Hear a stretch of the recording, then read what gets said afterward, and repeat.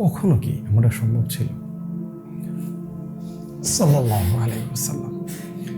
পৃথিবীর ইতিহাসে কখনো কি এমনটা সম্ভব ছিল যে একসাথে একটা মানুষ 70,000 মানুষের সাথে কানেক্টেড থাকবে, অথবা একটা মানুষ, সাধারণ একজন মানুষ যে কিছুই করে না, পড়াশোনা করে, ওর সাথে 1000 মানুষ কানেক্টেড থাকবে?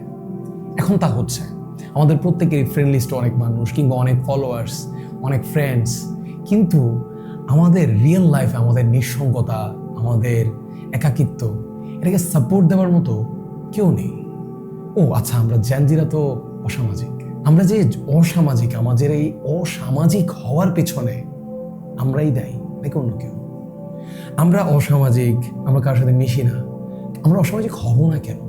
আমরা ছোটবেলা থেকে দেখছি আমার পাশের বাসার যে প্রতিবেশী থাকে তার দরজা সবসময় বন্ধ থাকে। আমার দরজাও তার জন্য বন্ধ, আমার মা বাবা দরজা বন্ধ রাখে, সেফটি, সিকিউরিটি। আমাকে তো সামাজিক হওয়ার জন্য সুযোগই দেওয়া হয়নি। অ্যান্ড এই যে আমরা আমাদেরকে অসামাজিক করা হচ্ছে, এটা কিন্তু জাস্ট কোনো সামাজিক কালচার থেকে হচ্ছে এমন না, এটা কিন্তু ফুল একটা প্রি প্ল্যান ব্যাপার। আমাদেরকে সমাজ থেকে আলাদা করে, নিজেদের এই ভাবমূর্তি বা এই সমস্ত জিনিসের মাধ্যমে সমাজ থেকে আলাদা করে আমাদেরকে ট্রাই করা হচ্ছে যে আমরা একটা একাকিত্বপূর্ণ সমাজ হয়ে যাই। দেন আমাদের ওই একাকিত্ব তো গ্যাপটা তো আর খালি থাকবে না, ওইটা তো পূর্ণ হবে। ওইটা পূর্ণ হবে এই যে এখন আসছে এআই গার্লফ্রেন্ড, এরপর এআই চ্যাট, আমাদের রোবট, আমরা এগুলোর সাথে চলে যাবো। এটা কি প্রি প্ল্যান কিছু না? আই ডোন্ট নো, এটা প্রশ্ন আমার, আপনারা উত্তর দিবেন। অথচ ভাই সারাদিন কত মানুষ আমাদের আশপাশে, এই মানুষগুলোকে হারিয়ে ফেলার কারণে আমরা দিন দিন আমরা একাকিত্ব হারাচ্ছি, আমরা নৈতিকতা হারাচ্ছি, আমরা মানুষজনের ভালোবাসা হারাচ্ছি, কেয়ার হারাচ্ছি। সো আমাদের এই সমাজটাকে নেগেটিভভাবে যে ব্র্যান্ডিং করে দিছে, যে সমাজ কটু কথা বলবে, এটা করবে, ওইটা বলবে। সমাজ কটু কথা বলতেছে বিকজ অফ সমাজটাকে নষ্ট করতেছে কেউ বাইরে থেকে। একটু কটু কথা এখন সহ্য করতে হবে আমাদের, সহ্য করে প্রত্যেকে ঠিক হইতে হবে। আমি আমার প্রতিবেশীকে কেন কটু কথা বলবো ম্যান? আমি ওর বিপদে ওর হেল্প করবো।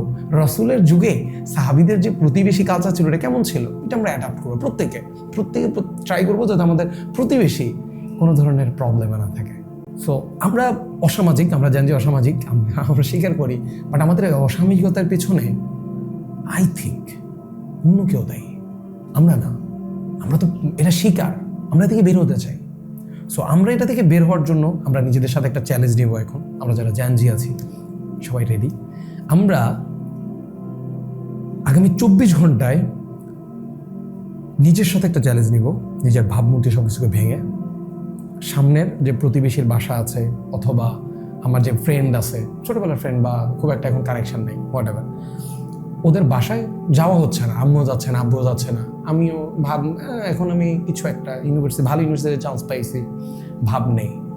তো এইটার ফলে লস তো অনেক কিছু হয়, তো ওইটা এখন না বলি। আলটিমেটলি ওই জিনিসটা আমি ভাঙবো। ভেঙে আমি যেটা করব, আমি আজকে ওনাদের দরজাতে নক করবো নিজে থেকে, কোনো কারণ ছাড়া। জাস্ট বলবো যে আন্টি আপনারা কেমন আছেন, ভালো আছেন? যাবো, দরকার বাসার ভিতরেই গেলাম বা বাইরে থেকে জিজ্ঞেস করলাম, যদি অনেক ক্লোজ না হয়, আপনারা কেমন আছেন, আপনাদের কোনো অসুবিধা হচ্ছে কিনা, আপনাদের কেমন যাচ্ছে সব কিছু। আর যদি ওইটা খুব অকওয়ার্ড হয়, তাহলে আম্মু তো রান্না করে, তাই না, একটু তরকারি, ছোটো একটা বাটিতে তরকারি নিয়ে আন্টিদের বাসা যাবো। আসসালামু আলাইকুম আন্টি, আন্টি ভালো আছেন? নিজেরা আপনার জন্য একটু তরকারি পাঠিয়ে যাবো।